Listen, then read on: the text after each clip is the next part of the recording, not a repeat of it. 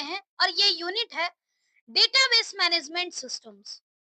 अगर हम इस यूनिट की बात करें तो इसमें हम डेटाबेस से रिलेटेड कंसेप्ट के बारे में पढ़ने वाले हैं, साथ ही रिलेशनल डेटा मॉडल के बारे में डिटेल में पढ़ेंगे, एसक्यूएल कमांड्स के बारे में पढ़ेंगे और interface of Python will with SQL database, इसके बारे में हम डिटेल में पढ़ेंगे।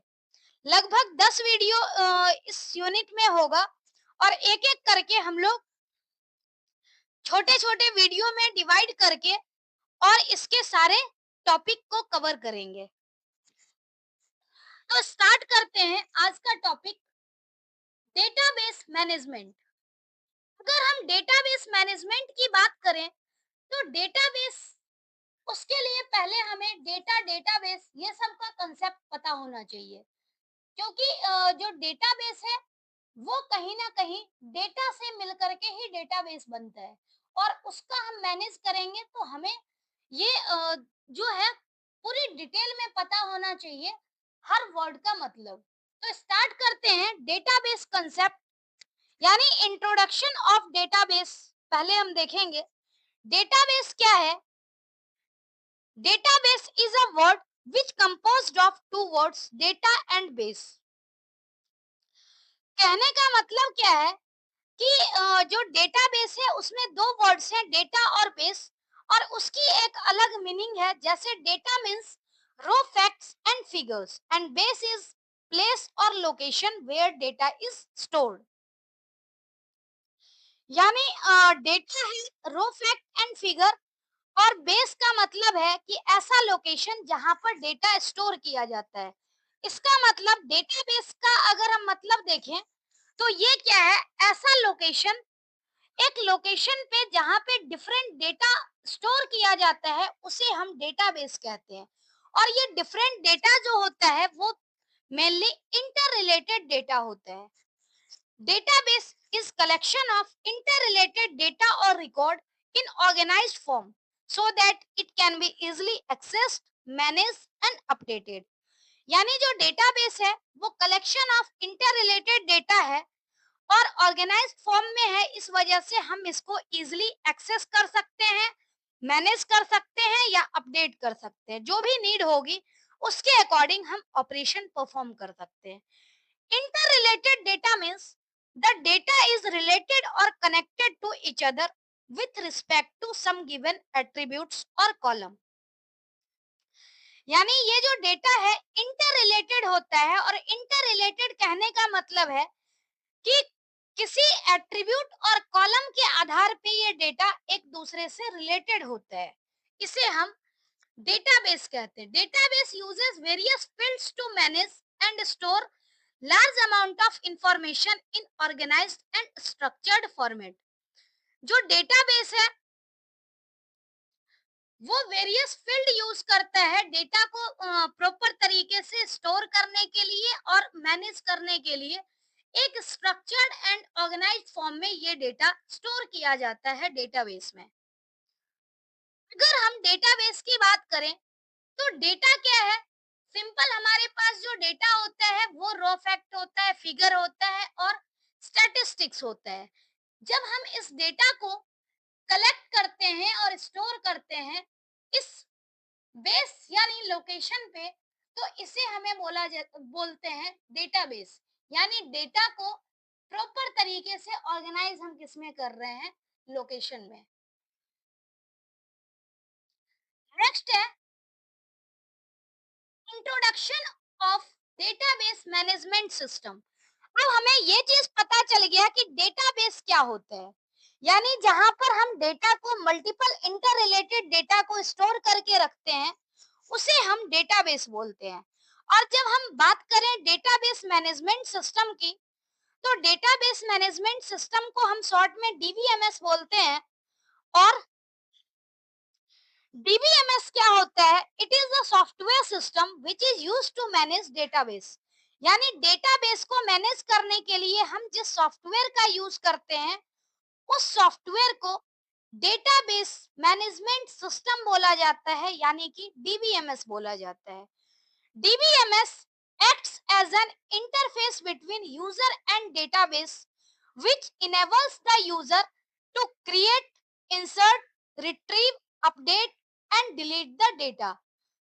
मतलब एक जो डीबीएमएस है वो यूजर और डेटाबेस के बीच में इंटरफेस की तरह काम करता है और इसकी हेल्प से हम लोग डेटाबेस को क्रिएट कर सकते हैं, डेटा इंसर्ट कर सकते हैं, डेटा को फेच कर सकते हैं, डेटा को अपडेट और डिलीट भी कर सकते हैं।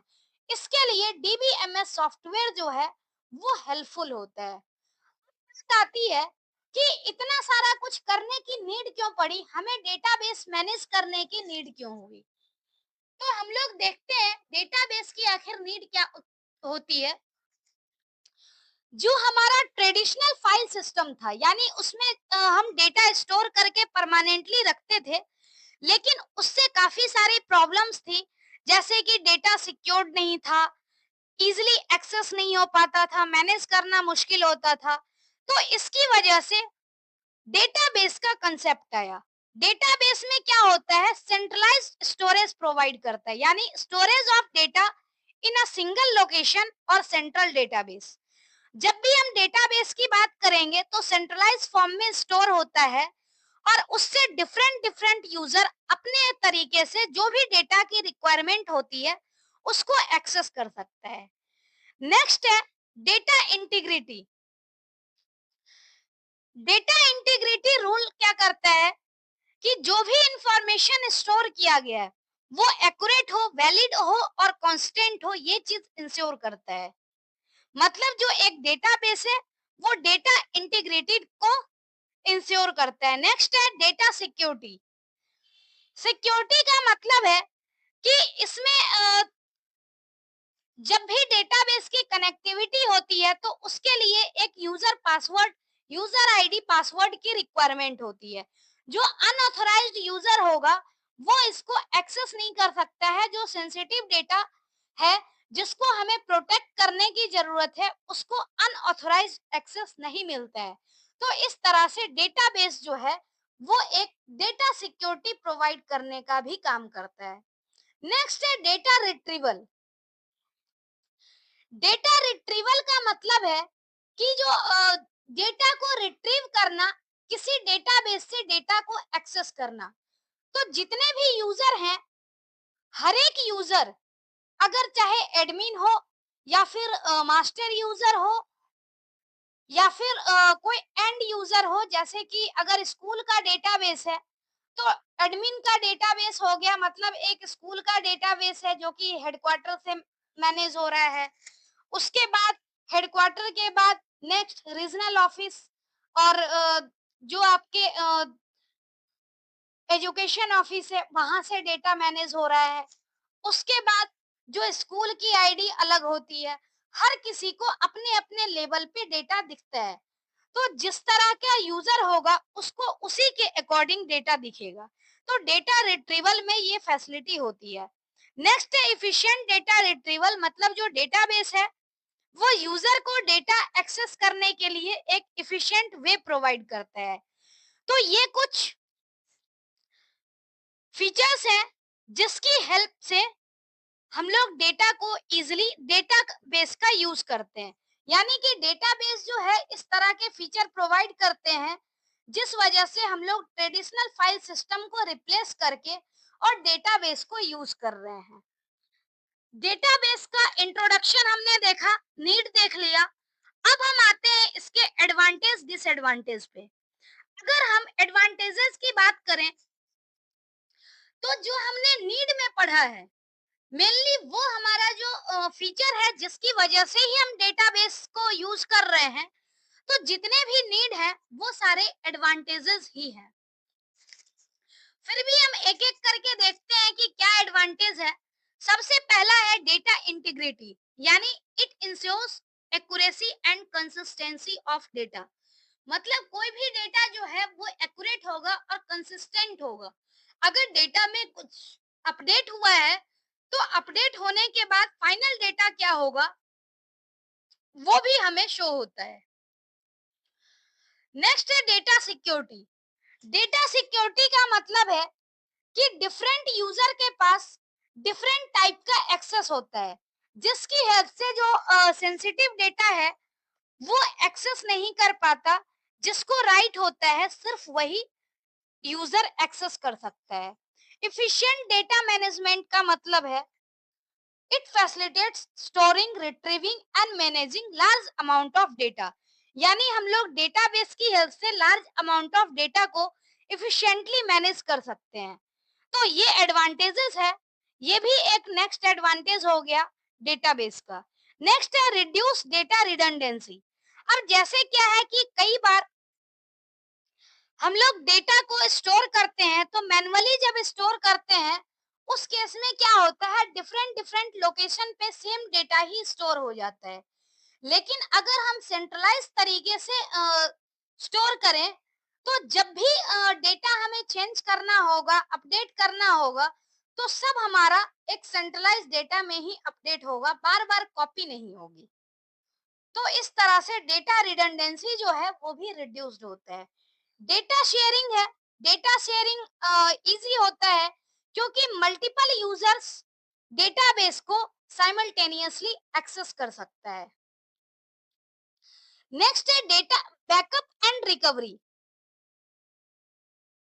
डेटाबेस जो है वो सिक्योरिटी प्रोवाइड करने के पर्पस से कि कोई डेटा लॉस ना हो, उसके लिए ऑटोमेटिक बैकअप और रिस्टोर करने की फैसिलिटी प्रोवाइड करता है। नेक्स्ट है स्केलेबिलिटी।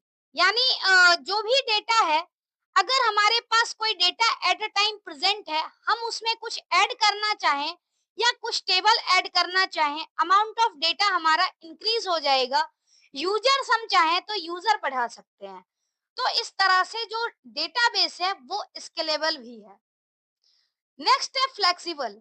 फ्लेक्सिबिलिटी ये इंश्योर करता है कि डेटाबेस को हम इजीली अपडेट और मेंटेन कर सकते हैं अदर डेटा को डिस्टर्ब किए बिना। तो ये कुछ जो एडवांटेजेस हैं वो डेटाबेस के एडवांटेजेस हैं। अब हम बात करें तो इतने सारे एडवांटेजेस के साथ कुछ ऐसा भी है कि जो डेटाबेस के डिसएडवांटेजेस भी हैं। हर चीज सिर्फ अच्छा नहीं होता, कई बार निगेटिव वे में भी होता है। तो हमें इसका डिसएडवांटेज भी पता होना चाहिए। जैसे अगर हम डिसएडवांटेजेस की बात करें, तो डिसएडवांटेजेस है पहला कॉस्ट। यानी जो इनिशियल सेटअप कॉस्ट और मेंटेनेंस कॉस्ट होता है वो काफी हाई होता है, चाहे वो उसके लिए हार्डवेयर की रिक्वायरमेंट हो या सॉफ्टवेयर की रिक्वायरमेंट हो या फिर डेजिग्नेटेड स्टाफ की रिक्वायरमेंट हो। हर रिस्पेक्ट में क्या होता है, डेटाबेस मैनेज करने का कॉस्ट ज्यादा होता है। नेक्स्ट है कम्प्लेक्सिटी। कम्प्लेक्सिटी यानी कि जो नॉर्मल लोग इसको यूज नहीं कर सकता, डिजाइन नहीं कर सकता, जो प्रोफेशनल्स होते हैं वही इसको डिजाइन और मैनेज कर सकते हैं, क्यों ये डेटा काफी कम्प्लेक्स होता है। मतलब सेंट्रलाइज वे में हम डिफरेंट डेटा को स्टोर करते हैं, इंटर रिलेटेड डेटा को। तो एक ही जगह डेटा स्टोर होने से काफी कम्प्लेक्स हो जाता है और उसके लिए हमें ट्रेंड प्रोफेशनल की नीड होती है जो डेटाबेस को डिजाइन करे और मैनेज करे। नेक्स्ट है परफॉर्मेंस इश्यूज। जैसे कई बार डेटा अगर लार्ज वॉल्यूम का हो, बहुत सारा डेटा हो और हम ऑप्टिमाइज तरीके से स्टोर नहीं करते हैं, तो इससे क्या है कि हमारा जो डेटा है वो स्लो एक्सेस हो सकता है। तो इसके लिए हम बोल सकते हैं कि समटाइम्स परफॉर्मेंस इश्यूज भी होते हैं। नेक्स्ट है सेंट्रलाइज डेटा है। तो कई बार सेंट्रलाइज डेटा जो है साइबर थ्रेट्स भी हो सकते हैं। कोई साइबर अटैकर जो होगा वो डायरेक्टली सेंट्रलाइज डेटा को टारगेट कर सकता है। इससे क्या है, सिक्योरिटी रिस्क बढ़ जाती है। कई बार क्या है कि सिस्टम अगर फेल हो जाए, अगर सिस्टम क्रैश हो जाए, तो इससे क्या है, सारे ऑपरेशन, सारे यूजर को प्रॉब्लम फेस करना पड़ेगा।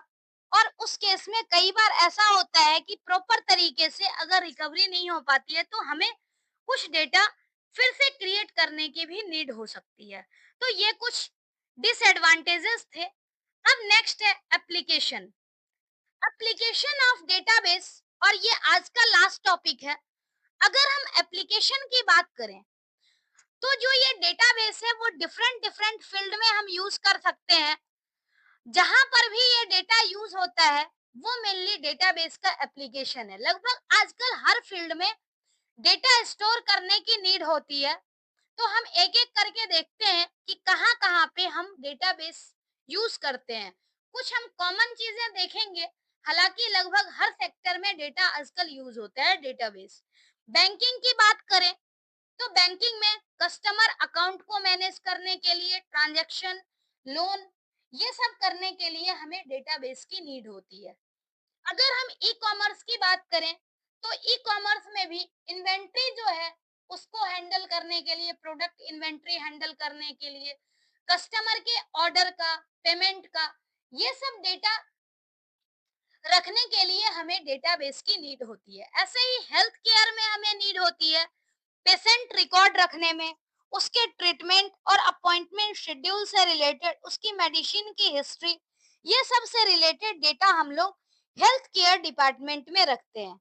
ऐसे ही एजुकेशन में क्या होता है कि जो स्टूडेंट का रिकॉर्ड है उसको मैनेज करने का काम, कोर्स से रिलेटेड जो इनरोलमेंट है या उसके मार्क्स से रिलेटेड डेटा है, ये सब मैनेज का काम जो होता है, मैनेज करने का काम डेटाबेस की हेल्प से होता है। ऐसे ही गवर्नमेंट सेक्टर में जैसे टैक्स से रिलेटेड हो गया, सेंसस डेटा है, आईडी रजिस्ट्रेशन है, या फिर और भी फील्ड है जहां पर गवर्नमेंट जो है वो डेटाबेस यूज करती है। ऐसे ही टेलीकम्युनिकेशन में भी जैसे बिलिंग के लिए है, पोस्टपेड बिल्स हो गया, प्रीपेड बिल के लिए, प्रीपेड के लिए जो रिचार्ज होता है उसका record, call record, customer management, इसके लिए टेलीकम्युनिकेशन में डेटाबेस का यूज होता है। ऐसे ही सोशल मीडिया प्लेटफॉर्म के केस में user data, post, comment, message और जो भी इंटरेक्शन है, हर चीज का डेटा स्टोर करके रखता है डेटाबेस। तो ये कुछ डिफरेंट फील्ड है जहां पर डेटाबेस यूज किया जाता है। हम लोग फिगर की हेल्प से भी देख सकते हैं, जैसे यहाँ पर बनाया हुआ है एप्लीकेशन ऑफ डीबीएमएस में मैन्युफैक्चरिंग, यानी कोई चीज, कोई फैक्ट्री वगैरह है वहां पर भी डेटाबेस की नीड होती है। Banking and finance, education sector, credit card transaction, social media website, telecommunication, human resource management, railway and airline reservation, online shopping, मतलब ये सारे जो फील्ड हैं इसमें हम डेटाबेस मैनेजमेंट सिस्टम का यूज करते हैं। DBMS model refers to the architecture for how data is stored, organized and manipulated in database. जो DBMS मॉडल होता है वो मेनली बताता है कि कोई भी डेटा कैसे ऑर्गेनाइज किया जाता है, स्टोर किया जाता है और मैनिपुलेशन कैसे होता है। तो मैनिपुलेट करने, कैसे मैनिपुलेट हम कर सकते हैं। तो अगर हम डीबीएमएस मॉडल की बात करें तो डिफरेंट टाइप का डीबीएमएस मॉडल होता है। जैसे पहला है रिलेशनल मॉडल। जो रिलेशनल मॉडल है उसमें डेटा टेबल के फॉर्म में ऑर्गेनाइज होता है, यानी रो और कॉलम के फॉर्म में। अगर हम हायरार्किकल मॉडल की बात करें तो हायरार्किकल में जो डेटा है वो ट्री स्ट्रक्चर में ऑर्गेनाइज किया जाता है। जैसे कि पेरेंट चाइल्ड रिलेशनशिप होते हैं, तो पेरेंट चाइल्ड रिलेशनशिप फॉर्म में डेटा ऑर्गेनाइज करते हैं। नेक्स्ट है नेटवर्क मॉडल। अगर हम नेटवर्क मॉडल की बात करें तो नेटवर्क भी tree like, graph like structure होता है, हायरार्किकल मॉडल की तरह ही होता है, लेकिन इसमें कुछ क्लोज्ड पाथ भी बनते हैं। It uses pointers to navigate through data. और नेक्स्ट हम बात करें ऑब्जेक्ट ओरिएंटेड मॉडल, तो इसमें डेटा जो है वो ऑब्जेक्ट के रूप में रिप्रेजेंट किया जाता है और इसे हम बोलते हैं ऑब्जेक्ट ओरिएंटेड डेटाबेस। तो अगर हम सिलेबस की बात करें, इसमें हमें मेनली रिलेशनल डेटा मॉडल के बारे में पढ़ना है। तो इसी को हम डिटेल में पढ़ेंगे। स्टार्ट करते हैं रिलेशनल डेटा मॉडल। अगर हम रिलेशनल डेटा मॉडल की बात करें तो इसको ईएफ कोड के द्वारा प्रपोज किया गया था 1970 में। In simple words, we can say that relational data model is a model which uses relation to organize their data. Relation means क्या होता है? टेबल। और टेबल में हम जानते हैं कि कोई भी डेटा जो है वो रो और कॉलम के फॉर्म में ऑर्गेनाइज किया जाता है। अगर हम इसके मॉडल की बात करें तो जो भी रिलेशन हम फाइंड आउट करते हैं ईआर मॉडल की हेल्प से फाइंड आउट करते हैं, ईआर डायग्राम की हेल्प से फाइंड आउट करते हैं। ईआर डायग्राम को रिलेशनल डेटा मॉडल में हम कन्वर्ट करते हैं और इम्प्लीमेंट करने के लिए कोई भी आरडी आरडीवीएमएस सॉफ्टवेयर जैसे कि SQL, MySQL, Oracle SQL, इसका हम यूज करके और इस डेटा को रिलेशनल डेटा मॉडल को इम्प्लीमेंट कर सकते हैं। After creating conceptual data model using ER diagram we need to convert it into relational data model so that we can implement using any RDBMS language like MySQL, Oracle SQL. कहने का मतलब क्या है कि relational data model में भी different logic का हमें पढ़ना होता है, डिफरेंट रिलेशन के बारे में पढ़ना होता है और उसके लिए हम ईआर मॉडल को जानेंगे। एंटिटी रिलेशनशिप मॉडल क्या होते हैं? Conceptual data model is used to capture the meaning of data from viewpoint of the user and try to represent it using data model tools like ER diagram and object oriented diagram. कहने का मतलब कि कोई भी data को जब हम represent करते हैं तो पहला काम तो होता है डेटा को कैप्चर करना। उसके बाद जो हम यूजर को दिखाते हैं तो यूजर को दिखाने के लिए डिफरेंट डेटा मॉडल टूल हम यूज कर सकते हैं। उसमें से एक इम्पोर्टेंट टूल है ईआर डायग्राम और इसकी हेल्प से हम लोग क्या करते हैं, जो रिलेशन है उसको हम लोग रिप्रेजेंट कर सकते हैं। ईआर मॉडल की अगर हम बात करें तो ER stands for entity relationship model. ER model tool are used to represent conceptual data model. Let's see some basic tools of ER model. जैसे ईआर मॉडल में कुछ भी हम रिप्रेजेंट करते हैं तो एंटिटी को रिप्रेजेंट करने के लिए हमारे पास जो है वो रेक्टेंगल सिंबल है। इसी तरह अगर रिलेशनशिप को डिफाइन करना चाहें तो डायमंड सिंबल है और एट्रीब्यूट को ओवल शेप से हम डिनोट कर सकते हैं। एंटिटी यानी कोई भी रियल वर्ल्ड ऑब्जेक्ट जिसको हम एंटिटी बोलते हैं, जैसे कि कोई पर्सन, प्लेस, ऑब्जेक्ट और इवेंट, इसको हमें एंटिटी का बोलना होता है। नेक्स्ट है रिलेशनशिप। रिलेशनशिप क्या है कि टू और मोर एंटिटी के बीच में जो भी रिलेशन है, जो इंटरकनेक्शन है, उसको शो करने के लिए रिलेशनशिप का यूज करते हैं और ये डायमंड शेप से डिनोट किया जाता है। नेक्स्ट है एट्रीब्यूट यानी कि प्रॉपर्टी, मतलब किसी एंटिटी की या रिलेशनशिप टाइप की जो प्रॉपर्टी है उसको डिनोट करने के लिए हम लोग ओवल शेप का यूज करते हैं। तो ये एक छोटा सा सिर्फ कंसेप्ट था कि ईआर डायग्राम क्या होता है। जो भी रिलेशन होते हैं उसको हम रिलेशन को ईआर डायग्राम की हेल्प से रिप्रेजेंट कर सकते हैं। नेक्स्ट है अगर हम रिलेशनल मॉडल की बात करें तो रिलेशनल मॉडल में कुछ डिफरेंट टर्म है जिसका हमें नॉलेज होना चाहिए। तो पहला टर्म है रिलेशन यानी कि table. Relation is also known as table and a table is the collection of related data and information in the form of row and column. यानी रो और कॉलम के फॉर्म में डेटा रिप्रेजेंट करते हैं, इसको हम लोग कहते हैं table. Relation is composed of row and columns. Row and column के फॉर्म में किसी भी हम रिलेशन को रिप्रेजेंट करते हैं। नेक्स्ट टर्म है रो, टपल और रिकॉर्ड।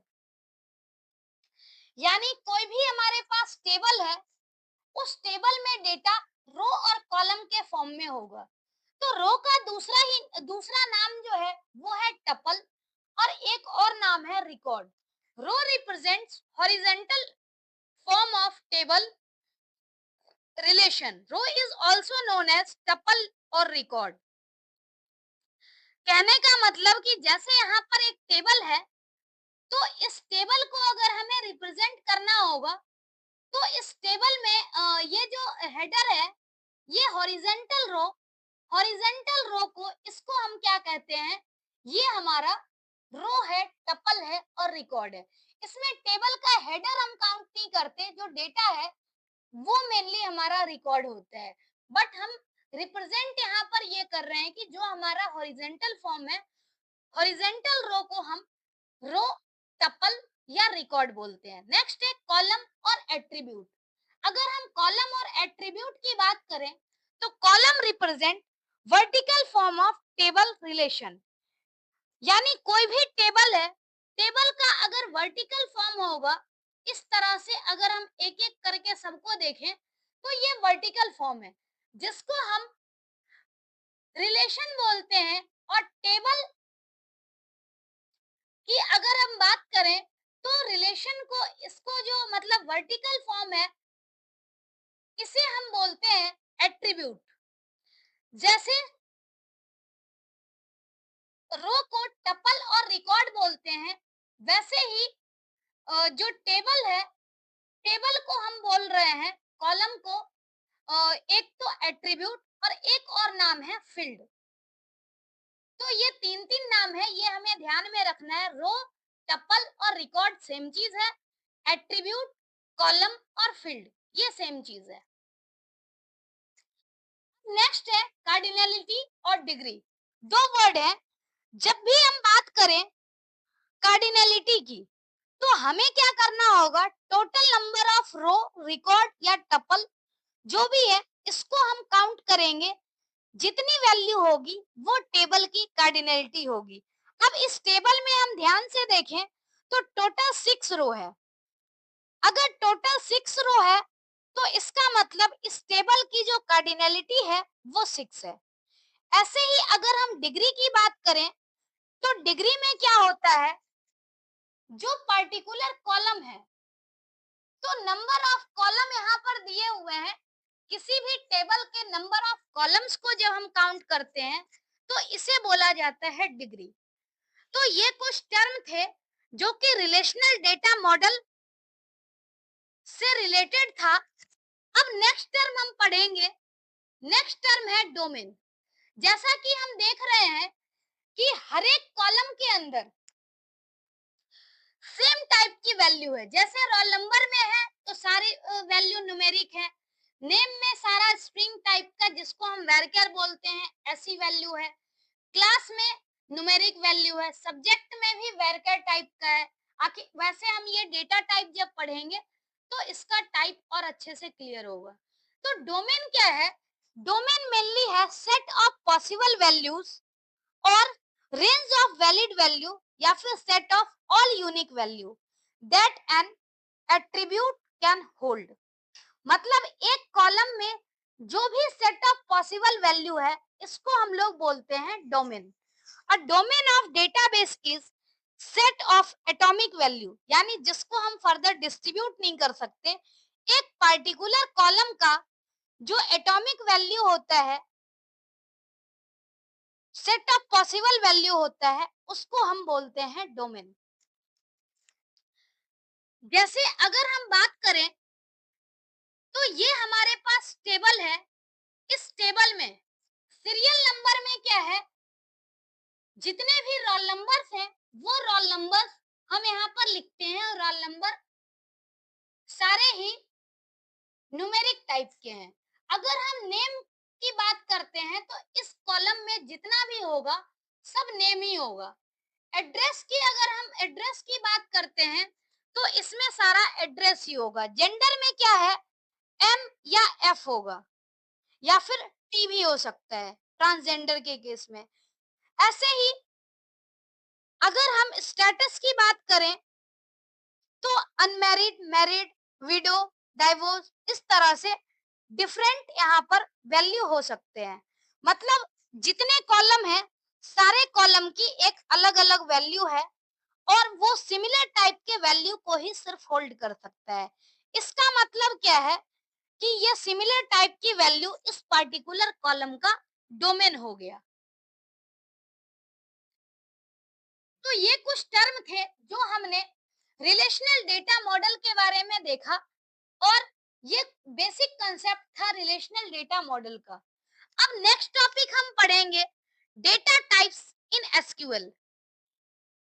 डेटा टाइप्स क्या होता है कि कोई पर्टिकुलर कॉलम जिसमें डिफरेंट टाइप का डेटा, यानी किस टाइप का डेटा होल्ड करेगा, वो मेनली डेटा टाइप बताता है। अगर हम डेटा टाइप की बात करें तो जैसे एक कॉलम है, एक कॉलम में कुछ खास वैल्यू ही है जो कि परमिटेड होता है। हर एक कॉलम में डिफरेंट डिफरेंट टाइप की वैल्यू परमिटेड होती है, और उस परमिटेड वैल्यू के टाइप को हम बोलते हैं डेटा टाइप।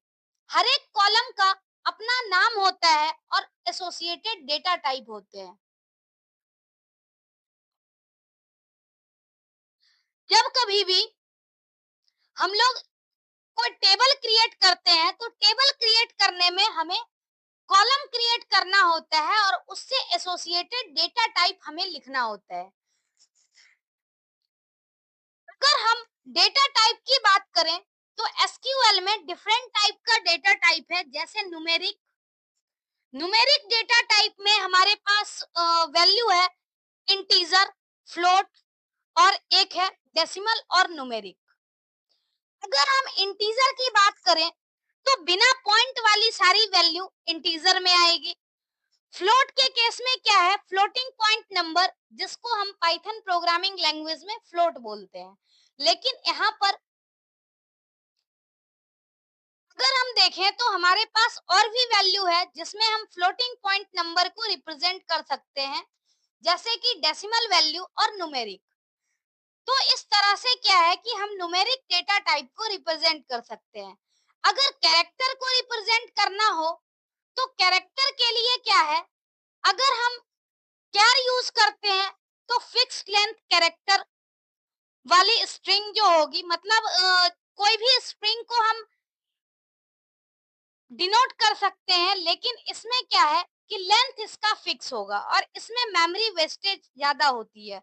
अगर वेरचर की बात करते हैं तो वेरिएबल लेंथ कैरेक्टर हम इसमें स्टोर कर सकते हैं, और जैसे मान लेते हैं कि हमने साइज डिफाइन कर दिया 20, तो वेरचर के केस में 20 में अगर मान लो कि हमने 10 ही यूज किया तो 10 हमारा दूसरे डेटा को स्टोर करने के काम आ जाएगा। लेकिन कैर में ऐसा नहीं होता, कैर में लेंथ फिक्स हो गई, तो इसका मतलब क्या है कि उतनी मेमोरी स्पेस असाइन हो जाएगी और डेटा जो मेमोरी है वो वेस्ट होगा। नेक्स्ट टेक्स्ट टाइप है, ये भी क्या है, वेरिएबल लेंथ कैरेक्टर है और इसमें स्पेसिफाई नहीं करते हम लोग लेंथ को। Next date and time type. अगर डेट की बात करें, डेट सिर्फ डेट को डिफाइन करने के लिए हम यूज करते हैं, टाइम में सिर्फ टाइम को डिफाइन करते हैं, और डेट टाइम और टाइम स्टैम्प नाम का डेटा टाइप अगर होगा तो उसमें डेट और टाइम दोनों कंबाइंड रूप से हम डिफाइन करते हैं।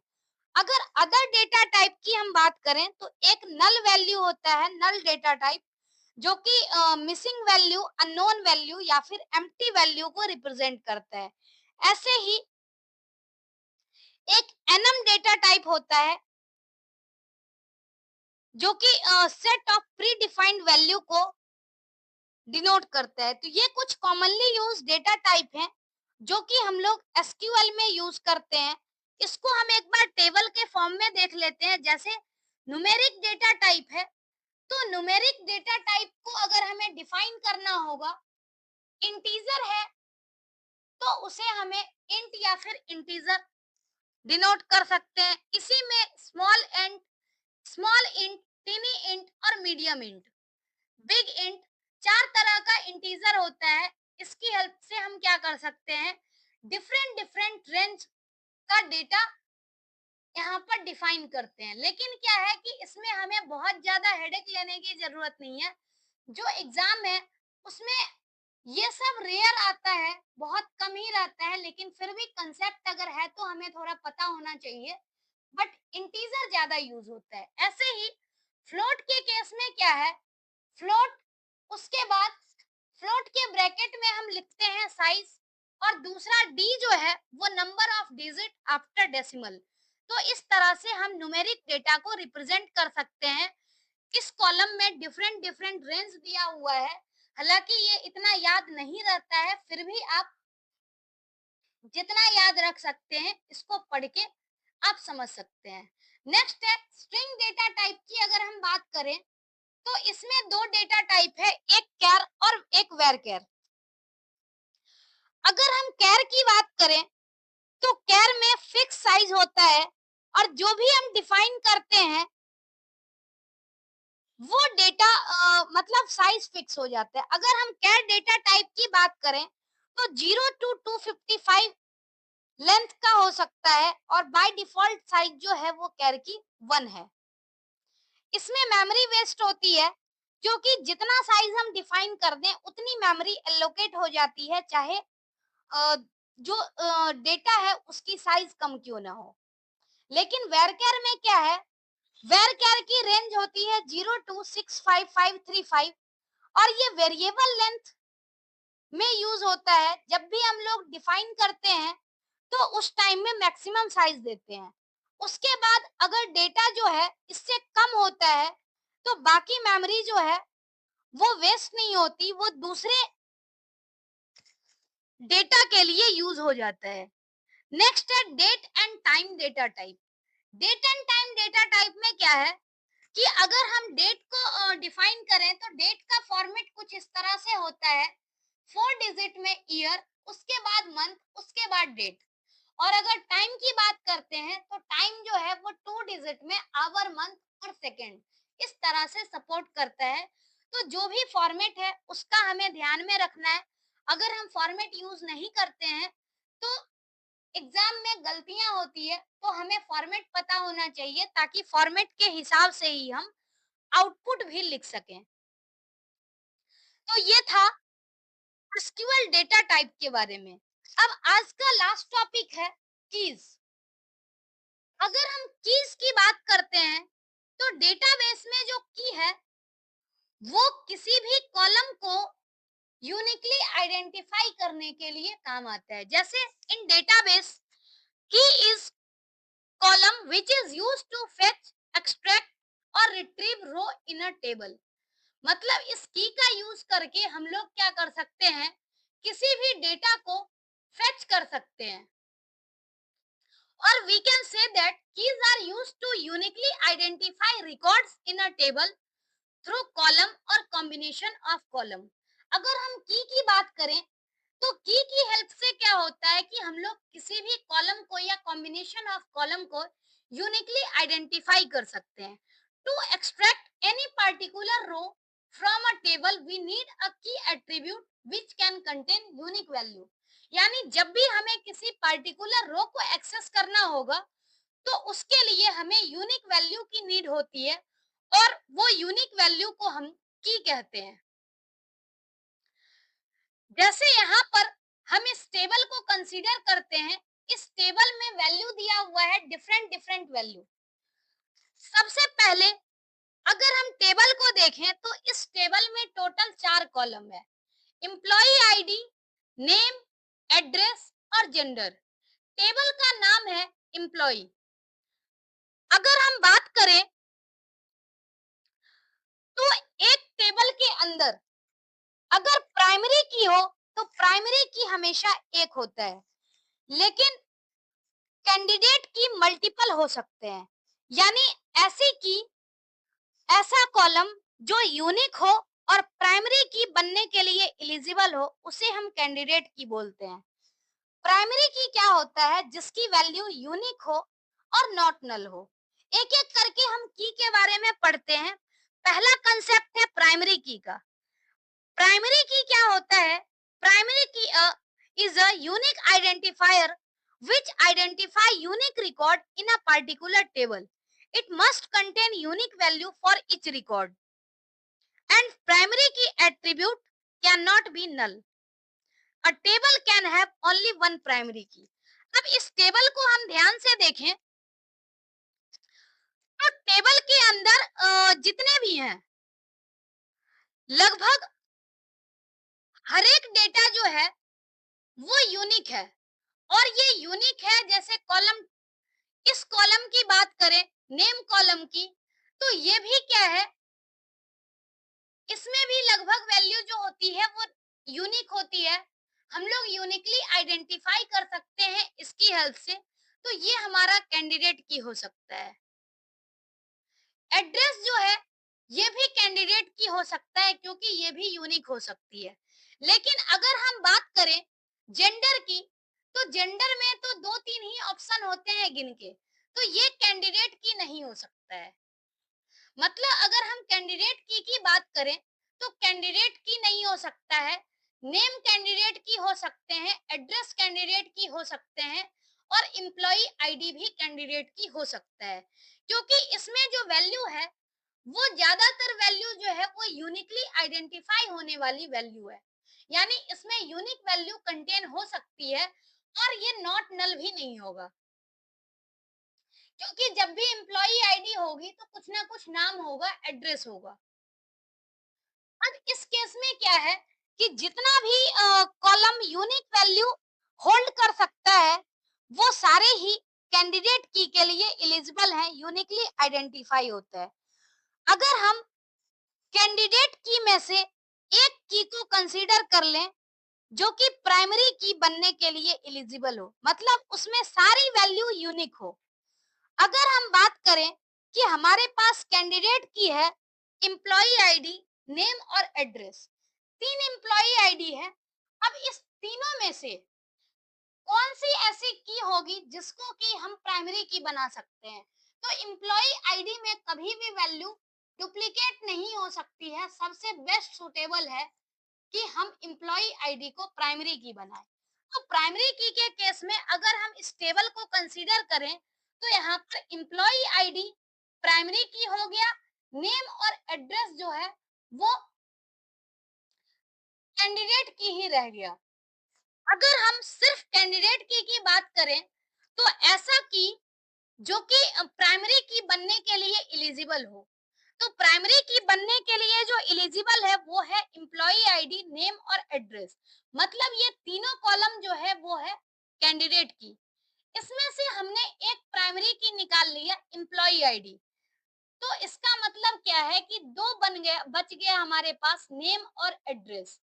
तो नेम और एड्रेस को हम बोलते हैं अल्टरनेट की। यानी कि हमने कैंडिडेट की में से एक प्राइमरी की सिलेक्ट कर लिया, तो जो रिमेनिंग होता है उसे हम अल्टरनेट की बोलते हैं।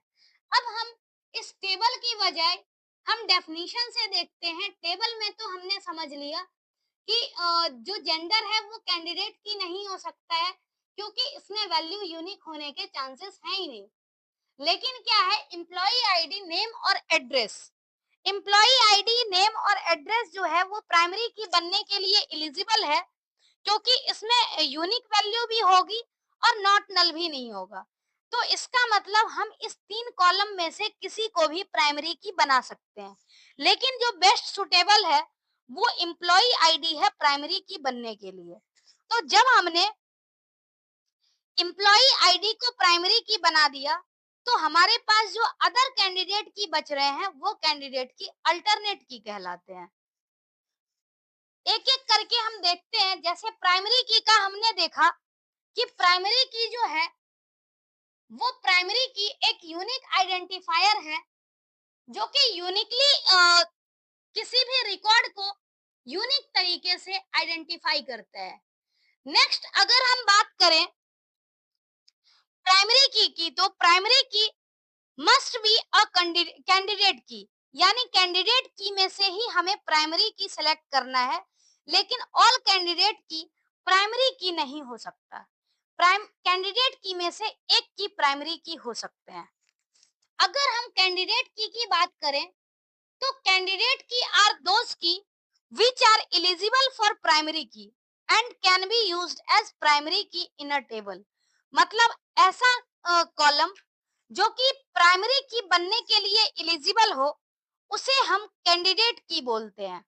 Candidate key is a set of one और more column that can be used as primary key and from set of this candidate key one column is selected as primary key. मतलब क्या है, candidate की जो है वो one और more column का सेट हो सकता है जो प्राइमरी की बनने के लिए एलिजिबल हो। जैसे कि हमने देखा था कि जो टेबल था उसमें एम्प्लॉय आईडी, नेम और एड्रेस प्राइमरी की बनने के लिए एलिजिबल था, जिसमें हमने एम्प्लॉय आईडी को क्या किया, एज प्राइमरी की सिलेक्ट कर लिया। तो रिमेनिंग जो बचा वो अल्टरनेट की हो गया। तो अगर हम अल्टरनेट की बात करें, after selecting primary key from candidate key, the remaining keys which are also eligible for primary key are called alternate key. यानी हमने कैंडिडेट की सिलेक्ट किए, कैंडिडेट की में से एक की हमने साइड कर लिया प्राइमरी की बनाने के लिए, तो जो रिमेनिंग बचे वो अल्टरनेट की बचे। तो एक और इम्पोर्टेंट की है फॉरेन की। फॉरेन की क्या होता है, इट इज द कॉलम और group of column in a table that provides a link between two table. मतलब जब भी हम दो टेबल की बात करेंगे, दो टेबल लिंक करने की बात करेंगे, तो उस केस में फॉरेन की का कंसेप्ट आता है। मतलब फॉरेन की जो है वो दो टेबल के बीच में रिलेशन एस्टेब्लिश करने का काम करता है। अगर हम बात करें इस डायग्राम की, तो इस डायग्राम में एक टेबल है स्टूडेंट आईडी, नेम, जेंडर और कोर्स आईडी। दूसरे में क्या है, कोर्स आईडी और कोर्स नेम। यानी कि पहला जो टेबल है उसकी प्राइमरी की तो कोई और है, स्टूडेंट आईडी को हम जनरली प्राइमरी की इस केस में लेंगे, क्योंकि कोर्स आईडी यहाँ पर क्या है, डिफरेंट हो सक सेम भी हो सकती है मल्टीपल स्टूडेंट की, तो ये यूनिक नहीं हो सकता। प्राइमरी की हमारी स्टूडेंट आईडी हो गई इस केस में, पहले टेबल के केस में। अगर हम दूसरे टेबल की बात करें, तो दूसरे टेबल के केस में क्या है कि हमारी जो प्राइमरी की है वो कोर्स आईडी है। तो कहने का मतलब एक टेबल के अंदर एक सिंपल कॉलम जो है जिसमें यूनिक डेटा है उसको हम यूनिकली आइडेंटिफाई कर सकते हैं, वो दूसरे कॉलम में, टेबल में प्राइमरी की तरह ट्रीट हो रहा है। तो इसका मतलब क्या है कि ये कॉमन कॉलम है जो कि एक टेबल में प्राइमरी की तरह ट्रीट हो रहा है, तो दूसरे टेबल में ये फॉरेन की तरह ट्रीट किया जाएगा। मतलब इस दोनों टेबल में जो कॉलम कॉमन कॉलम है, ये हमारा जो है ये फॉरेन की और प्राइमरी की के कंसेप्ट को होल्ड करेगा। It is an attribute whose value can be derived from primary key of some another table। जैसे क्या है, जो फॉरेन की है यहाँ पर, फॉरेन की को हम जब डिराइव करते हैं तो अनदर टेबल की प्राइमरी की से इस फॉरेन की का रिलेशन एस्टेब्लिश कर सकते हैं। इसमें एक कंसेप्ट आता है, एक छोटा सा टर्म है रेफरेंशियल इंटीग्रिटी का। Referential integrity is the protocol which is used to ensure that relation between record is valid and cannot change in related data। कहने का मतलब क्या है कि दो टेबल के बीच का रिलेशन हमने एस्टेब्लिश किया। अब इसमें क्या है कि कोर्स आईडी है C001234 5, डेटा इसमें भी सेम है 12345 ही है लेकिन रिपीटेड है। तो अगर हम एक टेबल से मान लो कि हम 2 को डिलीट कर दें, लेकिन दूसरे में ये एग्जिस्ट करेगा, तो मतलब ये वैलिड रिलेशन नहीं होगा। ऐसे ही अगर हम इसमें से 4 को डिलीट कर दें, लेकिन 4 हमारा पहले टेबल में है, तो इस तरह की चीजें नहीं होनी चाहिए। इससे क्या है कि जो रिलेशन होगा वो इनवैलिड होगा।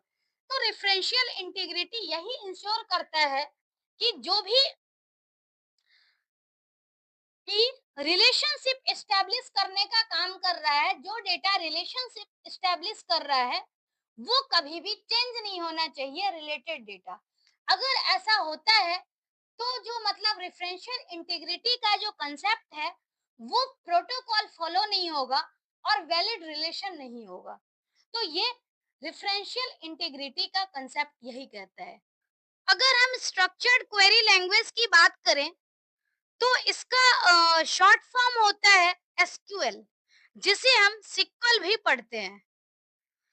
SQL is used to manage database. अगर हम डेटाबेस मैनेज करने की बात करते हैं तो उस केस में हमें स्ट्रक्चर्ड क्वेरी लैंग्वेज का यूज करना होता है। अगर हम एसक्यूएल की बात करें तो ये 1970 में आईबीएम लैब में डेवलप किया गया था और एनसी का यानी अमेरिकन नेशनल स्टैंडर्ड इंस्टीट्यूट का स्टैंडर्ड बना 1986 में। SQL is a query language, it is not a database system. जो एसक्यूएल है वो सिंपली एक क्वेरी लैंग्वेज है और इसकी हेल्प से हम लोग डिफरेंट डिफरेंट डेटाबेस के साथ इंटरेक्ट कर सकते हैं। You are required to install DBMS software in your system to perform SQL language operation with the help to query example. Example क्या है? Oracle, my SQL, MongoDB, SQL server, DB2, इस तरह के कुछ एग्जाम्पल हैं जो डेटाबेस सर्वर हैं, database software हैं और इसको इंस्टॉल करके हम स्ट्रक्चर्ड क्वेरी लैंग्वेज यूज कर सकते हैं। SQL is mainly used for maintaining the data in relational database management system. अगर हम SQL की बात करें तो SQL जो है वो रिलेशनल डेटाबेस मैनेजमेंट सिस्टम की क्वेरी को मेंटेन करने के लिए जनरली यूज किया जाता है। SQL provide interaction between user and database via set of standard commands. अगर हम SQL की बात करें तो एसक्यूएल मेनली यूजर और डेटाबेस के बीच में इंटरेक्शन प्रोवाइड करने का काम करता है। यानी जो भी सेट एसक्यूएल का कमांड है इसकी हेल्प से हम डेटाबेस के साथ इंटरेक्ट कर पाते हैं। अगर हम सिंपल लैंग्वेज में देखें तो जो हमारा एसक्यूएल लैंग्वेज है वो यूजर को डेटाबेस के साथ कम्युनिकेट करने के लिए एक लैंग्वेज प्रोवाइड करता है। SQL is not case sensitive language, means you can type your query in small or capital letter as per user। मतलब ये जो है SQL है वो केस सेंसिटिव लैंग्वेज नहीं है, इसलिए हमें फर्क नहीं पड़ता कि हम कैपिटल और स्मॉल किसमें टाइप करें। हमें जिसमें मर्जी हम उस लैंग्वेज का यूज करके उस पर्टिकुलर कैपिटल या स्मॉल लेटर का यूज करके हम टाइप कर सकते हैं। अगर इस डायग्राम की हेल्प से देखें तो इसमें यूजर है एक तरफ और एक तरफ डेटाबेस है। अब यूजर और डेटाबेस की इंटरेक्टिविटी तो ऐसे नहीं हो सकती है, तो उस केस में क्या है, जो एसक्यूएल है वो यूजर और डेटाबेस के बीच में इंटरेक्ट करने के लिए हमें हेल्प करता है। एसक्यूएल लैंग्वेज की हेल्प से यूजर डेटाबेस के साथ इंटरेक्ट कर सकता है। तो ये मेन चीज है एसक्यूएल इंट्रोडक्शन के बारे में जो हमें पता होना चाहिए। हमेशा ये चीज ध्यान में रखना है कि एसक्यूएल जो है वो एक क्वेरी लैंग्वेज है, डेटाबेस सिस्टम नहीं है और इस क्वेरी लैंग्वेज की हेल्प से हम डेटाबेस के साथ इंटरेक्ट कर सकते हैं। नेक्स्ट है, you may right comments in SQL using double hyphen. यानी जब भी हमें एसक्यूएल में कोई कमेंट लिखने की जरूरत होगी तो डबल हाइफन की हेल्प से हम कमेंट लिख सकते हैं। कमेंट जनरली क्या होता है, एक ऐसा स्टेटमेंट होता है जो कहीं पर एग्जीक्यूट नहीं करता, सिर्फ यूजर को हेल्प करता है कि यूजर कुछ अगर एडिशनल इंफॉर्मेशन देना चाहता है तो वो एडिशनल इंफॉर्मेशन प्रोवाइड करेगा डबल हाइफन यानी कि कमेंट की हेल्प से। User may get information from the database file from required query. Query is a request in the form of SQL command to retrieve information with some condition.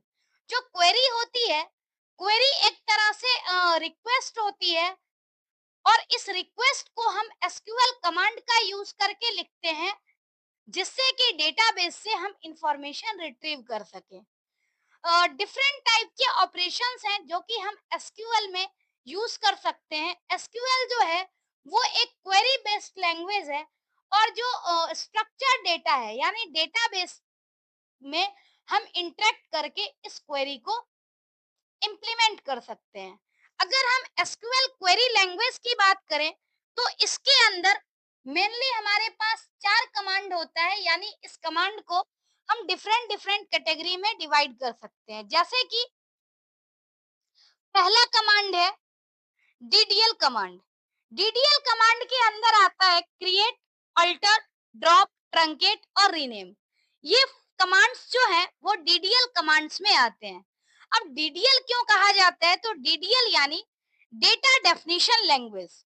मतलब क्या है कि जब भी हमें कुछ क्रिएट करना होगा और डेटाबेस के स्ट्रक्चर में कुछ क्रिएट या चेंजेस करना होगा तो उस केस में हम डीडीएल कमांड का यूज करते हैं।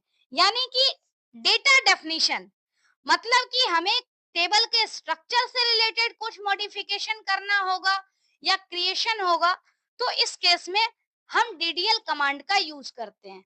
जो डीएमएल कमांड होता है, डीएमएल कमांड यानी डेटा मैनिपुलेशन लैंग्वेज। मतलब इसमें क्या है कि हम सिर्फ और सिर्फ डेटा के ऊपर काम करते हैं। यानी डेटा के ऊपर काम करना मतलब डेटा चाहे हम इंसर्ट करें, डिलीट करें, अपडेट करें, जो भी काम हम करेंगे या डेटा को फेच करें सिलेक्ट कमांड की हेल्प से, तो ये सब डीएमएल कमांड की कैटेगरी में आता है। जब टेबल के स्ट्रक्चर पे फर्क पड़ेगा तो डीडीएल कमांड होगा। अगर टेबल के सिर्फ डेटा पे फर्क पड़ेगा कमांड का तो डीएमएल कमांड होगा। नेक्स्ट कमांड है डेटा कंट्रोल लैंग्वेज।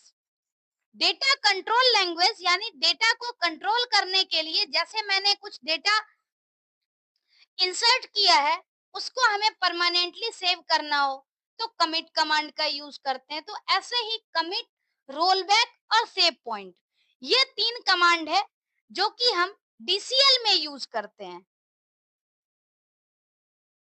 और टीसीएल का मतलब होता है ग्रांट ट्रांजैक्शन कंट्रोल लैंग्वेज।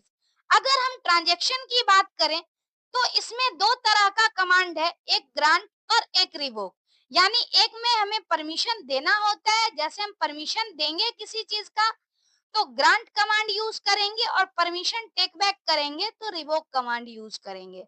तो इस तरह से हम डिफरेंट एसक्यूएल कमांड्स के बारे में एक एक करके हमें डिटेल में भी पढ़ना है, लेकिन यहाँ पर हम समराइज्ड वे में देख रहे हैं कि कैसे हमारे पास डिफरेंट कैटेगरी है एसक्यूएल कमांड की। SQL perform following operation. अगर हम कलेक्टिवली देखें तो एसक्यूएल की हेल्प से हम डेटाबेस क्रिएट कर सकते हैं, टेबल क्रिएट कर सकते हैं, व्यू क्रिएट कर सकते हैं, ऐसे ही डेटा इंसर्ट हो सकता है, अपडेट हो सकता है, डिलीट कर सकते हैं, डिफरेंट क्वेरी को हम एग्जीक्यूट कर सकते हैं। यहाँ तक कि हम कुछ परमिशन भी सेट कर सकते हैं टेबल में। तो ये कुछ ऑपरेशन है जो कि हम एसक्यूएल की हेल्प से डेटाबेस में टेबल में परफॉर्म कर सकते हैं। अगर हम एसक्यूएल कमांड की बात करें तो एसक्यूएल कमांड की हमने कैटेगरी देखा, हम एसक्यूएल कमांड के बारे में भी देखेंगे। जो एसक्यूएल कमांड है, एसक्यूएल कमांड मेनली क्या होता है, predefined set of commands होता है। यानी predefined set of commands मतलब ये ऑलरेडी एसक्यूएल में डिफाइन किया गया है। Commands are basically combination of keyword and statement you want to execute. मतलब जो ये एसक्यूएल कमांड है वो मेनली एक तो कीवर्ड है जो कि ऑलरेडी डेटाबेस में एसक्यूएल में डिफाइन किया हुआ है। दूसरा स्टेटमेंट यानी जिसके आधार पे हम क्वेरी एग्जीक्यूट करना चाहते हैं। तो कॉम्बिनेशन ऑफ कीवर्ड और स्टेटमेंट जो है इसको हम एसक्यूएल कमांड कहते हैं। जो कीवर्ड है वो एक रिजर्व वर्ड है और इसकी स्पेशल मीनिंग है एसक्यूएल में। मतलब इसे हमें ना अलग से डिफाइन करने की जरूरत है और ना ही चेंज करने की, ये ऑलरेडी एसक्यूएल में डिफाइंड है। हमें जरूरत है तो सिर्फ कीवर्ड का यूज करने की नीड है, वो भी अपने पार्टिकुलर स्टेटमेंट के साथ। और कीवर्ड और स्टेटमेंट को एक साथ करके हम लोग डिफरेंट एसक्यूएल कमांड को एग्जीक्यूट कर सकते हैं। तो ये बेसिक कंसेप्ट था एसक्यूएल कमांड के बारे में। अब एक कंसेप्ट हम लोग और पढ़ेंगे, क्लॉजेस। क्लॉज क्या होता है एसक्यूएल में? Clause clauses are built-in functions which is used to deal with data inside the table that help SQL to filter and analyze data quickly। मतलब क्या है जो क्लॉजेज है, क्लॉजेज एक तरह का बिल्ट इन फंक्शन है जिसकी हेल्प से हम डेटा को डील कर सकते हैं। इनसाइड द टेबल हम डेटा में डिफरेंट फिल्टर लगा सकते हैं और डेटा को क्विकली एनालाइज कर सकते हैं। तो इस रीजन से हम लोग एसक्यूएल में डिफरेंट क्लॉजेस का यूज करते हैं। अब हम एक एक करके सारे क्लॉज के बारे में देखते हैं। पहला क्लॉज है वेयर क्लॉज। वेयर क्लॉज का यूज कहाँ होता है? यूज टू सिलेक्ट और filter rows based on particular valid condition. मतलब वेयर क्लॉज का यूज कब होता है? तो जब हमें किसी रो पर कुछ पार्टिकुलर कंडीशन देना हो, डिफरेंट कंडीशन के बेस पे हमें डेटा को फिल्टर करना हो, रो को फिल्टर करना हो, तो इस केस में हम लोग क्या करते हैं? वेयर क्लॉज का यूज करते हैं। और वेयर क्लॉज जो मेनली यूज होता है वो सिलेक्ट कमांड के साथ, अपडेट कमांड के साथ और डिलीट कमांड के साथ। मतलब हमें डेटा सिलेक्ट करना हो तब भी हमें किसी पर्टिकुलर कंडीशन की यूज करने की नीड होती है, अपडेट में भी पर्टिकुलर कंडीशन, और डिलीट भी जो हम करते हैं उसमें पर्टिकुलर कंडीशन की नीड होती है। तो मतलब वेयर क्लॉज का जो सीधा सिग्निफिकेंस यही है कि जब हमें किसी पर्टिकुलर रो को सिलेक्ट या फिल्टर करने की नीड हो पर्टिकुलर कंडीशन के आधार पे, तो हम वहां पर वेयर क्लॉज का यूज करते हैं। नेक्स्ट है from. Use to mention name of table और source table from where you want to fetch और retrieve data. It is mainly used with select. अब जैसे क्या है, फ्रॉम क्लॉज का यूज होता है फ्रॉम यानी कहां से। जब भी हम कोई डेटा को एक्सेस करते हैं तो एक्सेस करने के लिए हमें क्या होता है, स्पेसिफाई करना होता है कि हम किस टेबल से डेटा को एक्सेस करने वाले हैं। तो जिस भी टेबल से हम डेटा को एक्सेस करने वाले हैं उस टेबल का नाम हमें मेंशन करना होता है, और टेबल का नाम मेंशन करने के लिए हम फ्रॉम क्लॉज यूज करते हैं। From clause mainly select command के साथ यूज होता है। Order by. नेक्स्ट क्लॉज है ऑर्डर बाय। जैसा कि नाम से ही पता लग रहा है कि किसी चीज की ऑर्डरिंग करना, यानी आइदर असेंडिंग ऑर्डर में या फिर डिसेंडिंग ऑर्डर में। बाय डिफॉल्ट जो है वो ऑर्डर बाय क्लॉज क्या करता है, किसी भी डेटा को असेंडिंग ऑर्डर में सॉर्ट करता है। अगर हमें डिसेंडिंग ऑर्डर में करना होगा तो इसके लिए डीईएससी कीवर्ड भी हम यूज करते हैं साथ में। सिंपल यहाँ हमें ये ध्यान में रखना है कि जब भी हमें डेटा को या रिजल्ट सेट को किसी पर्टिकुलर ऑर्डर में अरेंज करना होगा तो उसके लिए हम ऑर्डर बाय क्लॉज का यूज करते हैं। नेक्स्ट है ग्रुप बाय। ग्रुप बाय यानी किसी चीज की ग्रुपिंग करना। यानी हम लोग कई बार ऐसा भी होता है कि जो हमारे पास दिया गया है टेबल, उस टेबल में एक या एक से ज्यादा जो कॉलम का डेटा है वो उस मल्टीपल ग्रुप को, मल्टीपल रो को हम क्या करते हैं, ग्रुप करते हैं वन और मोर कॉलम के आधार पर। जैसे क्या है कि एक क्लास का हमारे पास कॉलम है तो वो क्लास मल्टीपल क्लास हो सकती है, जैसे 11th क्लास के कुछ स्टूडेंट हो सकते हैं, 12th के हो सकते हैं। तो इस तरह से हम लोग अगर चाहें कि क्लास की ग्रुपिंग करें तो मतलब हमने डिफरेंट डिफरेंट रो का ग्रुप कर दिया क्लास के बेस पे। तो इस तरह की अगर हमें ग्रुपिंग करनी होगी तो उसके लिए हम ग्रुप बाय क्लॉज का यूज करते हैं। और जो ग्रुप बाय क्लॉज यूज होता है वो ज्यादातर एग्रीगेट फंक्शन के साथ यूज होता है। एग्रीगेट फंक्शन यानी मल्टीपल फंक्शन को मिला करके एक सिंगल रिजल्ट जनरेट करता है। जैसे काउंट फंक्शन है, सम फंक्शन है, मीन है, मैक्स है, ये सब हम आगे पढ़ने वाले हैं। नेक्स्ट है हैविंग। जैसे वेयर का यूज कंडीशन देने के लिए होता है, उसी तरह से हैविंग क्लॉज का भी यूज हम कंडीशन देने के लिए करते हैं। फर्क इतना है कि वेयर क्लॉज का यूज करके हम लोग सिंगल रो पर कंडीशन देते हैं, और जब हमें किसी ग्रुप पर कंडीशन अप्लाई करना होगा, यानी ग्रुप बाय क्लॉज के साथ अगर हमें कोई कंडीशन यूज करना होगा, तो उसके लिए हम हैविंग क्लॉज का यूज करते हैं। Use with group by clause to filter the result of a query based on aggregate function applied to grouped columns. मतलब डिफरेंट ग्रुप पर जब हमें कंडीशन अप्लाई करना होगा तो हैविंग क्लॉज का यूज करेंगे। और लास्ट एक क्लॉज है लाइक।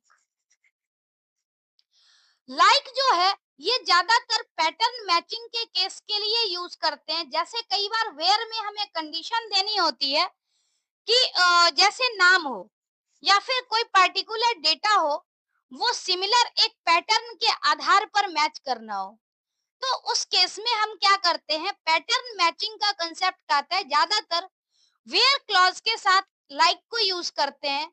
अगर हमें स्पेसिफिक पैटर्न के आधार पर सर्च करना हो, तो उसमें हम लाइक क्लॉज का यूज करते हैं, और इसके अंदर दो वाइल्ड कार्ड कैरेक्टर यूज होता है, एक परसेंटेज साइन, एक अंडरस्कोर साइन।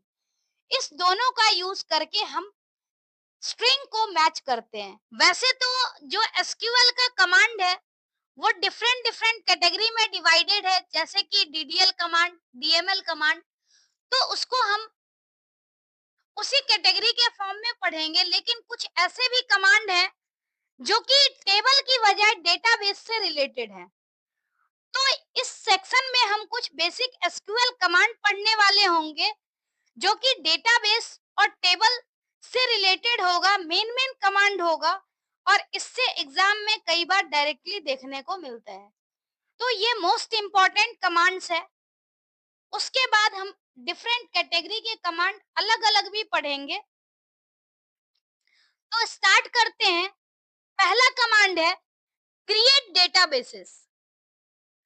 जब भी हमें कोई डेटाबेस क्रिएट करना होगा, तो उसके लिए जो कमांड है क्रिएट डेटाबेसेस कमांड हम यूज करते हैं।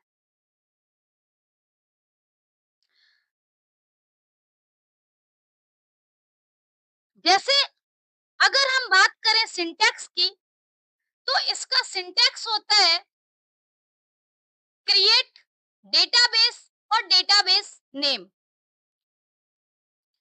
जैसे यहाँ स्क्रीनशॉट भी लगाया हुआ है, माइस्क्यूएल की स्क्रीनशॉट है, क्रिएट डेटाबेस टेस्ट। अब इससे क्या है, टेस्ट नाम का एक डेटाबेस क्रिएट हो गया।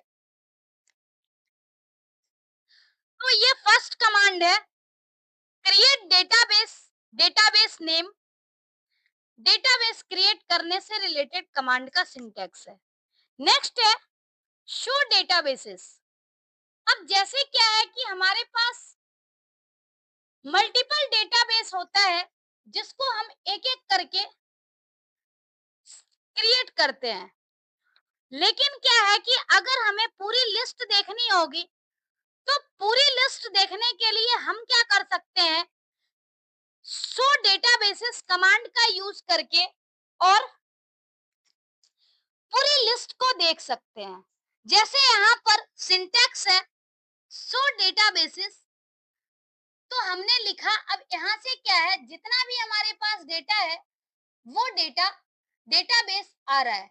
जैसे हमने टेस्ट नाम का डेटाबेस अभी अभी क्रिएट किया था, तो यहाँ पर शो हो रहा है। तो कहने का मतलब डेटाबेस अगर हमें क्रिएट करना होगा, तो उसके लिए create database, database name syntax है। अगर डेटाबेस को शो करना होगा, तो शो डेटाबेसेस कमांड का यूज करके हम लोग डेटाबेस को की लिस्ट को देख सकते हैं। नेक्स्ट है यूज डेटाबेस। जैसे हमारे पास मल्टीपल कमांड है, मल्टीपल डेटाबेस है, लेकिन मल्टीपल डेटाबेस को यूज करने के लिए हम डायरेक्टली कमांड नहीं लिख सकते, हमें स्पेसिफाई करना होगा कि किस डेटाबेस को हम यूज करने वाले हैं। तो मतलब क्या है, to select a database among available databases, use database command is used. कहने का मतलब यहाँ पर क्या है कि इसमें अगर हम किसी भी डेटाबेस को सिलेक्ट करेंगे तो यहाँ इसका सिंटैक्स है यूज डेटाबेस, यानी डेटाबेस का नाम हमें लिखना होगा यूज डेटाबेस नेम। तो यूज टेस्ट हमने लिख दिया, इसका मतलब अब जब भी डेटाबेस यूज होगा तो टेस्ट नाम का डेटाबेस यूज होगा। तो इस तरह से हम लोग डेटाबेस कमांड का यूज कर सकते हैं। ऐसे ही अगर हमारे पास एक डेटाबेस के अंदर मल्टीपल टेबल है, तो मल्टीपल टेबल की लिस्ट देखने के लिए हम क्या करते हैं, शो टेबल्स कमांड का यूज करते हैं। शो टेबल्स कमांड का यूज करके हम लोग जो भी उस डेटाबेस में जितने भी टेबल अवेलेबल हैं उसकी लिस्ट हम देख सकते हैं। जैसे यहाँ पर एसक्यूएल सिंटैक्स यूज किया हुआ है शो टेबल्स, तो यहाँ पर हमने लिख दिया शो टेबल्स। स्क्रीनशॉट जो है इसमें शो टेबल्स है, और आप ध्यान से देखेंगे तो इस डेटाबेस में जितने भी टेबल हैं वो टेबल की लिस्ट हमें यहाँ पर दिख रही है। अब हम क्या कर सकते हैं कि जैसे हमें पता है कि एक डेटाबेस में सेम नेम से मल्टीपल टेबल नहीं हो सकता है, तो इसके लिए पहले हमने टेबल की लिस्ट देख ली। अब क्या होगा, जब भी हमने टेबल की लिस्ट देख ली तो हम ये आइडिया लगा सकते हैं कि हमें किस नाम से डेटाबेस के अंदर टेबल क्रिएट नहीं करना है। तो हम उसके अकॉर्डिंग नया टेबल का नाम दे करके और टेबल क्रिएट करेंगे। जैसे यहाँ पर है क्रिएट टेबल, यानी to create new table in the selected database. For example, if I want to create a table student with following attributes and data types, यानी कि जब भी हमें डेटा टेबल यूज करना होगा, टेबल क्रिएट करना होगा, तो उसके लिए सिंटैक्स है क्रिएट टेबल टेबल नेम। उसके बाद टेबल के बाद हमें क्या करना होता है कि टेबल का डिटेल लिखना होता है। डिटेल हम लिखते हैं पैरेंथेसिस में, यानी कि कॉलम का नाम, उसका डेटा टाइप और साइज, जितने कॉलम होंगे कॉमा से सेपरेट करके कॉलम का नाम, डेटा टाइप और साइज, इसको हमने ब्रैकेट को क्लोज कर दिया और सेमी कॉलन से टर्मिनेट कर दिया। एक चीज आपने नोटिस किया होगा कि हम लोग जब भी कोई कमांड यूज करते हैं एसक्यूएल का, सेमी कॉलन से टर्मिनेट करते हैं। तो ध्यान रखना है, कभी भी एसक्यूएल का जो कमांड होगा सेमी कॉलन के टर्मिनेशन के बिना एग्जीक्यूट नहीं हो सकता है, एरर जनरेट होगा। तो ये चीज हमेशा फॉलो करना है कि हर एक क्वेरी के लास्ट में सेमी कॉलन होना ही चाहिए। जैसे अगर हमें डेटाबेस क्रिएट करना है, टेबल क्रिएट करना है, तो टेबल का सबसे पहले यहाँ स्पेसिफिकेशन पता होना चाहिए कि कॉलम का नाम क्या है और उसका डेटा टाइप क्या है। साइज ऑप्शनल है, जरूरी नहीं है कि हम साइज दे ही। तो यहाँ पर नेम ऑफ एट्रीब्यूट और उससे संबंधित डेटाबेस का डेटा टाइप, ऐसे ही किसी किसी में साइज है। तो यहाँ पर हम लोग देखते हैं कि किस तरह से हम लोग इसको इम्प्लीमेंट कर सकते हैं। तो पहला सिंटैक्स ही हमने देखा था, क्रिएट टेबल टेबल नेम, यानी क्रिएट टेबल स्टूडेंट। उसके बाद ब्रैकेट है यहाँ पर पैरेंथेसिस, हमने एट्रीब्यूट का नाम हमें लिखना है, मतलब हमने लिख दिया स्टूडेंट आईडी और इसका डेटा टाइप इंटीजर, साइज नहीं है तो हमने साइज नहीं लिखा। अब यहाँ पर कॉमा। अब दूसरा एट्रीब्यूट का नाम आएगा स्टूडेंट नेम, जिसका डेटा टाइप और साइज मेंशन्ड है, तो ये हमने लिख दिया। फिर हमें कॉमा से सेपरेट करना है। नेक्स्ट एट्रीब्यूट का नाम है एज और यहाँ पर इंट, ऐसे ही फोन और एंड इंट। एड्रेस जिसका टाइप जो है varchar है और इसका साइज है 50। तो मतलब जितने टोटल 5 एट्रीब्यूट थे वो 5 एट्रीब्यूट को हमने मेंशन कर दिया। अब जैसे पैरेंथेसिस ओपन हुआ था, पैरेंथेसिस क्लोज हो गया और सेमी कॉलन से टर्मिनेट हो गया। तो जब हम इस तरह से सिंटैक्स लिखते हैं और इसको एग्जीक्यूट करते हैं तो इससे क्या होगा, एक टेबल क्रिएट हो जाएगा। टेबल क्रिएट किया हुआ अगर होगा, उसे हम देखेंगे कि कैसे टेबल क्रिएट होता है या टेबल क्रिएट होने के बाद क्या इफेक्ट हुआ है।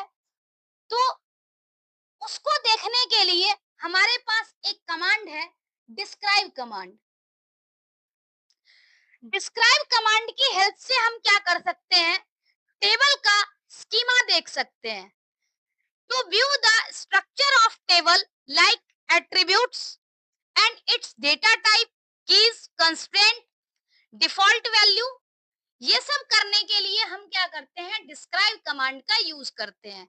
जैसे अगर सिंटैक्स की बात करें तो आइदर डीएससी टेबल नेम और डिस्क्राइब टेबल नेम दोनों सेम चीज है।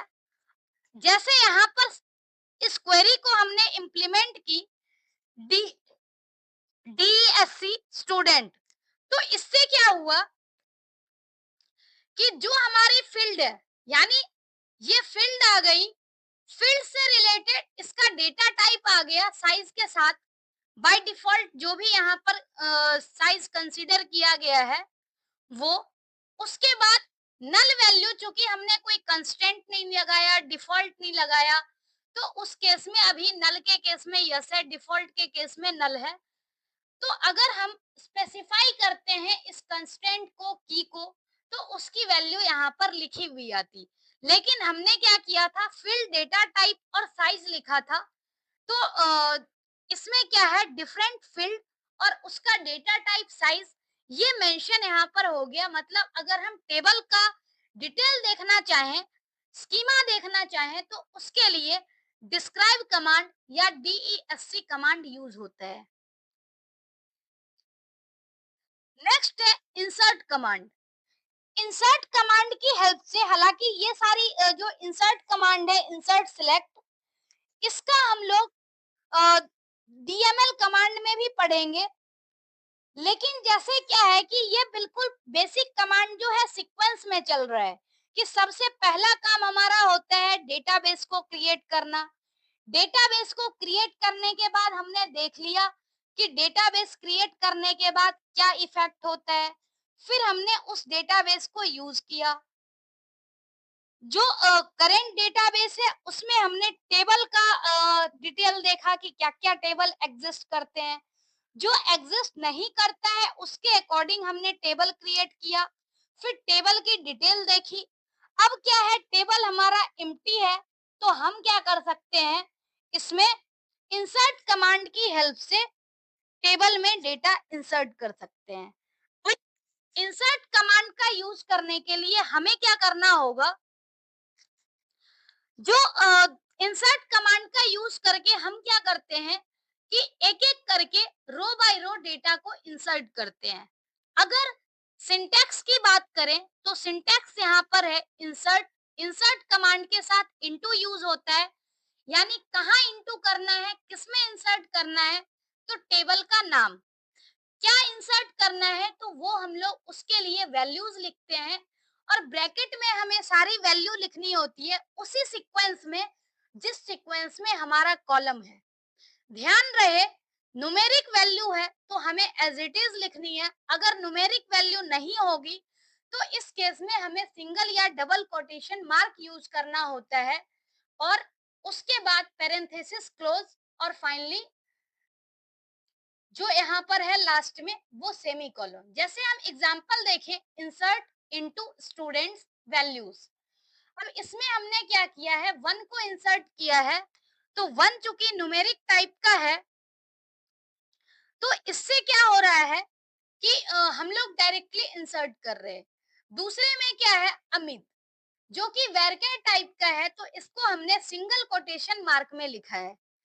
ऐसे ही नेक्स्ट वैल्यू जो है, नेक्स्ट वैल्यू हमने लिखी है, न्यूमेरिक वैल्यू है ये भी, मोबाइल नंबर भी न्यूमेरिक है और लास्ट में हमने लिखा है यहाँ पर दिल्ली, जो कि वेरकेर टाइप का है। तो इस तरह से हम लोग डिफरेंट डिफरेंट वैल्यू को यहाँ पर इंसर्ट कर रहे हैं। टोटल 4 रो यहाँ पर हम इंसर्ट कर रहे हैं। इसका मतलब क्या है, एक एक करके सारी वैल्यू उस टेबल में इंसर्ट हो रही है। किस टेबल में? तो स्टूडेंट नाम के टेबल में। अब जब वैल्यू इंसर्ट हुई है तो हमें दिखना भी चाहिए कि हमने क्या क्या वैल्यू इंसर्ट करी है। तो उसके लिए होता है सेलेक्ट कमांड। सेलेक्ट कमांड का जो हम यूज करते हैं to show the data of a table, select command is used. यानी जो हमने 4 स्टूडेंट की डिटेल इंसर्ट की थी वो अब हमें शो होगा और उसके लिए हम लिखते हैं select star from table name. यानी सिलेक्ट करने हैं स्टार, इसका मतलब पूरा डेटा एक्सेस होगा। फ्रॉम और टेबल नेम का मतलब है कि कौन से टेबल से हमें डेटा फेच करना है। यानी select star from table name हमने लिखा है तो सिलेक्ट स्टार फ्रॉम स्टूडेंट लिखने से स्टूडेंट टेबल में जितने कॉलम थे और जो जो डेटा हमने इंसर्ट किया है वो यहाँ आउटपुट में शो हो रहा है। टोटल 4 रो हमने इंसर्ट किया था। अब क्या है, नेक्स्ट जो कमांड होगा उसमें हम क्या कर सकते हैं कि जैसे डेटा हमने इंसर्ट किया, डेटा को सिलेक्ट कर रहे हैं तो हम देख भी सकते हैं कि हमने क्या क्या डेटा को यहाँ पर यूज किया है। बात आती है कि जब हमने यूज किया, हो सकता है कि हमारा काम हो गया है, तो इस केस में हम क्या कर सकते हैं, टेबल को परमानेंटली डिलीट भी कर सकते हैं। तो उसके लिए एक कमांड है ड्रॉप कमांड। ड्रॉप कमांड क्या करता है, टेबल के इंटायर डेटा को डिलीट कर देता है इंक्लूडिंग स्ट्रक्चर। मतलब हम अगर लिखते हैं, सिंटैक्स है इसका ड्रॉप टेबल टेबल नेम, तो इससे क्या होगा कि जब भी हम ड्रॉप करेंगे तो एक भी डेटा हमें शो नहीं होगा, इंक्लूडिंग स्ट्रक्चर डिलीट हो जाएगा। जैसे अगर हम बात करें ड्रॉप टेबल स्टूडेंट की, तो इस टाइम पे अगर हम टेबल को शो कर रहे हैं तो टेबल शो करने से क्या हो रहा है, हमें स्टूडेंट टेबल दिख रहा है। अगर हम इस जगह पर लिख दें ड्रॉप टेबल और जैसे यहाँ पर लिखा हुआ है एबीसी, तो इससे क्या होगा, दोबारा जब हम टेबल को देखना चाहेंगे तो एबीसी नाम का टेबल अब यहाँ पे नहीं दिखेगा। तो इस तरह से क्या होता है, जब भी हम ड्रॉप कमांड का यूज करते हैं तो टेबल का स्ट्रक्चर और डेटा दोनों ही डिलीट हो जाता है, परमानेंटली डिलीट हो जाता है। नेक्स्ट है कि हमने टेबल को तो डिलीट कर दिया, कई बार ऐसा भी होता है कि हमें डेटाबेस को परमानेंटली डिलीट करना हो। तो डेटाबेस परमानेंटली डिलीट करने के लिए जो कमांड होता है, सेम टेबल की तरह ही कमांड होता है। जैसे हमने drop table table name use किया है, ऐसे ही ड्रॉप डेटाबेस और database name. Drop database command का यूज हम क्यों करते हैं, तो to delete a database along with all the tables present in database, drop command is used। मतलब अगर हमें इस डेटाबेस को परमानेंटली डिलीट करना होगा तो इस केस में हम क्या करेंगे, ड्रॉप डेटाबेस कमांड का यूज करेंगे। और ड्रॉप डेटाबेस कमांड का यूज करने से क्या है, जैसे यूज होम हमने कर दिया, अब क्या है कि इससे हम क्या कर रहे हैं, होम के सारे टेबल को शो कर रहे हैं। तो इसमें जो भी टेबल था वो शो हो गया। अब अगर हम चाहते हैं कि डेटाबेस को परमानेंटली ड्रॉप कर दें, ड्रॉप डेटाबेस और होम, तो अब हम अगर शो डेटाबेस लिखें तो इससे क्या है, हमें होम नाम का डेटाबेस शो नहीं होगा। तो ये कुछ बेसिक कमांड थे एसक्यूएल के जो कि हमें जानना जरूरी था। और ये कमांड ज्यादातर जो थे वो डेटाबेस से रिलेटेड थे, कुछ कमांड इसमें से टेबल से रिलेटेड भी था। लेकिन जो मेन एक्सरसाइज हमने किया है वो एक तरह से डेटाबेस के कमांड को सीखने के लिए ये वीडियो हमने देखा है। अब अगली वीडियो जो होगी, अगली वीडियो में हम बात करेंगे एसक्यूएल कंस्ट्रेंट्स के बारे में। जैसे एसक्यूएल के क्लॉजेस हमने पढ़े, वैसे ही एसक्यूएल कंस्ट्रेंट्स पढ़ेंगे, ताकि क्लॉजेस और कंस्ट्रेंट्स का बहुत ज्यादा यूज होता है एसक्यूएल कमांड में। तो इसके बाद जब हम एसक्यूएल कमांड पढ़ेंगे तो ज्यादा अच्छे से क्लियर हो पाएगा। आज के लिए इतना ही। ये कुछ बेसिक कमांड हमने पढ़ा, बाकी डिफरेंट डिफरेंट कैटेगरी के फॉर्म में पढ़ेंगे। तो इस वीडियो को यहीं स्टॉप करते हैं। Thank you so much.